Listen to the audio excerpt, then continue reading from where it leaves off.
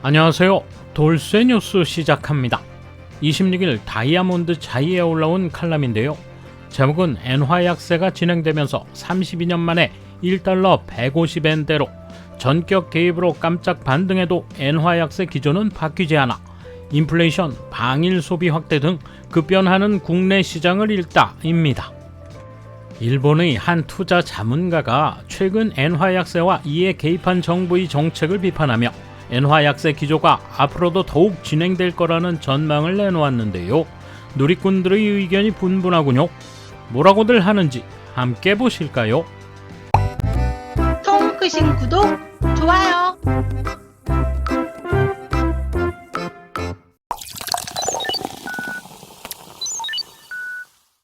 (32년) 만에 1달러 150엔 돌파. 마침내 달러-엔 환율은 32년 만에 150엔을 돌파했다. 지난주 10월 20일 외환시장에서 엔화 가치가 하락하며 1달러 150엔 고비를 돌파했다. 32년 만이다. 그런데 9월 22일 정부 일본은행에 의한 환율 개입이 있었다. 1998년 6월 이후 약 24년 만에 엔화 매수 개입을 단행한 이날은 상징적인 움직임이었다. 일본은행이 금융정책결정회의에서 대규모 금융 완화 유지를 결정하고 금리 인상을 추진하는 미국과의 금융정책 차이로 달러화 강세와 엔화 약세가 가속화되면서 146엔대에 오르기 직전이었다. 오후 5시경 개입으로 환율은 불과 1시간 만에 140엔대로 5엔이나 올랐다. 개입 규모는 3조엔 정도였다. 괜찮은 투자 기회죠. 엔화 약세 단숨에 진행. 투기에 의한 과도한 변동이 반복되는 것은 결코 간과할 수 없다라는 것이 정부 일본은행 측의 주장이다. 물론 다른 나라와의 협조 개입이 아니라 일본 단독 개입이다. 개입 전에 미국 재무부에 개입을 실시한다라고 통지한 후의 행동이라서 미국으로부터도 용인된 형태가 되었다. 140엔대로 올라선 환율은 이때 적당한 달러 매수, 엔 매도 투자 기회를 줘 곧바로 엔화 약세로 돌아서고 말았다. 140엔대에서 150엔대로 이미 10엔이나 떨어졌다. 투기적 움직임은 간과할 수 없다고 주장하는 일본은 스스로 투기적 움직임을 연출해 결국 환율 개입 효과가 전혀 없는 형국이 됐다. 그 후로는 작전이 변경됐다. 가끔 복면 개입을 한다는 소문이다. 굳이 명언을 피하며 환율 개입에 대한 경계감을 조성해 과도한 엔화 매도를 막겠다는 의도다. 일본은행의 움직임을 둘러싸고 10월 13일과 19일에 복면 개입을 실시했다는 관측이 나왔다. 심야 전격 깜짝 개입, 엔화 강세 진행. 지난주 10월 21일 심야에 151엔 90전대까지 단숨에 엔화 약세가 가속되던 시점에 대규모 추가 개입을 하자 불과 1시간 만에 6엔 가까이 상승, 엔화는 146엔대까지 치솟았다. 재무관은 개입의 유무에 대해서는 코멘트할 수 없다고 말했지만 분명히 정부 일본은행에 의한 개입이다. 미 FRB는 계속 큰 폭의 금리 인상을 지속할 의향인 반면 일본은행은 계속 금리를 올리지 않아 대조적이다. 미일 금리차 확대로 달러를 사들이고 엔화가 팔리는 구조에는 변화가 없다. 애초에 엔화가 점점 팔리는 금융정책을 쓰면서 일본 단독으로 단발적으로 엔화를 사는 행동 자체가 모순으로 가득 차 있다. 투기적 움직임은 간과할 수 없다는 주장도 설득력이 떨어진다. 왜냐하면 현재의 엔화 약세 트렌드는 어디까지나 펀더멘탈에 기초한 움직임이므로 이를 공적 개입으로 막으려 해도 곤란하기 때문이다. 효과는 단 한순간뿐이다. 게다가 반대로 개입이 있으면 달러 매수 혹이라는 게 시장 참여자들의 시각이다. 엔화의 실질 실효 환율은 1995년을 정점으로 계속 떨어져 결국 엔화 가치가 떨어지고 있는 것. 미일의 물가가 대등해지는 환율은 1달러 80엔대다. 다음 타깃은 160엔. 10월 11일부터 외국인이 자유롭게 일본을 찾을 수 있게 됐다. 모든 주요 통화는 엔화에 비해 강세를 보이고 있어 외국인들에게 일본에서의 소비는 만족감이 높아지고 있다. 일본으로선 외화를 획득할 기회이지만 일본인에게 해외여행은 비교적 비싸다. 현지 비용은 2019년에 비해 미국에서 40%나 상승, 대만이나 베트남, 한국 등 아시아에서도 20에서 30% 증가하고 있다는 보도가 있다.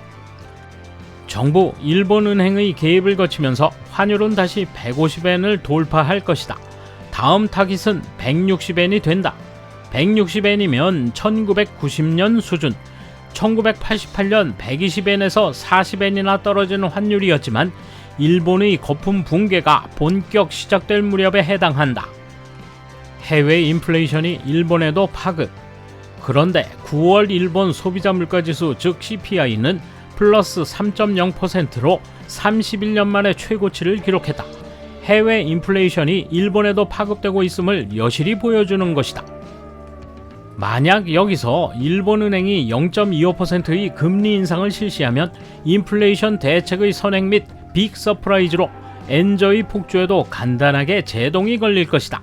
이것이 내 생각인데 여러분은 어떻게 생각하는가?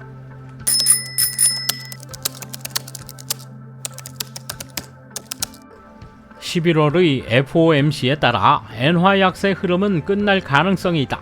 현재 상황은 둘 다 가능성이 있는 반쪽짜리 머니게임이다. 금리 인상의 둔화는 아직 아니며 경제를 희생해서라도 인플레이션을 퇴치한다면 155엔 정도까지는 엔화 약세가 진행될 것이다.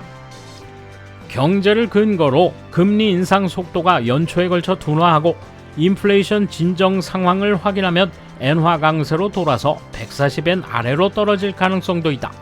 연말까지 변동성이 큰 시세가 될 것 같다. 지금 시세의 변동을 어떻게 읽을지가 매우 어렵다. 다만 미국의 금리 인상이 정지되는 모습이어서 조만간 유턴할 것이다.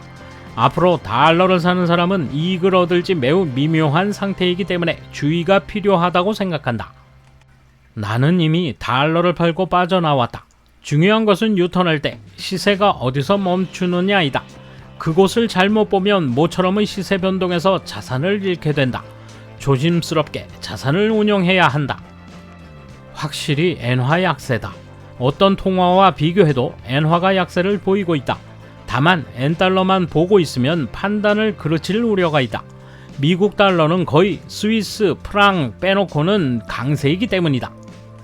미국 달러 강세 때문에 선진국 이상으로 영향이 심각한 곳이 개발도상국과 중진국이다. 개발도상국에서는 많은 손실이 따르고 있다. 유일하게 혜택을 보는 곳이 미국이다. 천연 자원이나 원자재를 모두 수입에 의존하고 있는 일본이 인플레이션의 영향을 받지 않을 거라 생각한 것이 애초의 실수다. 기업 노력으로 인플레이션을 회피해 왔을 뿐이다. 끝내 견딜 수 없어 일제히 가격 인상을 단행하고 있다.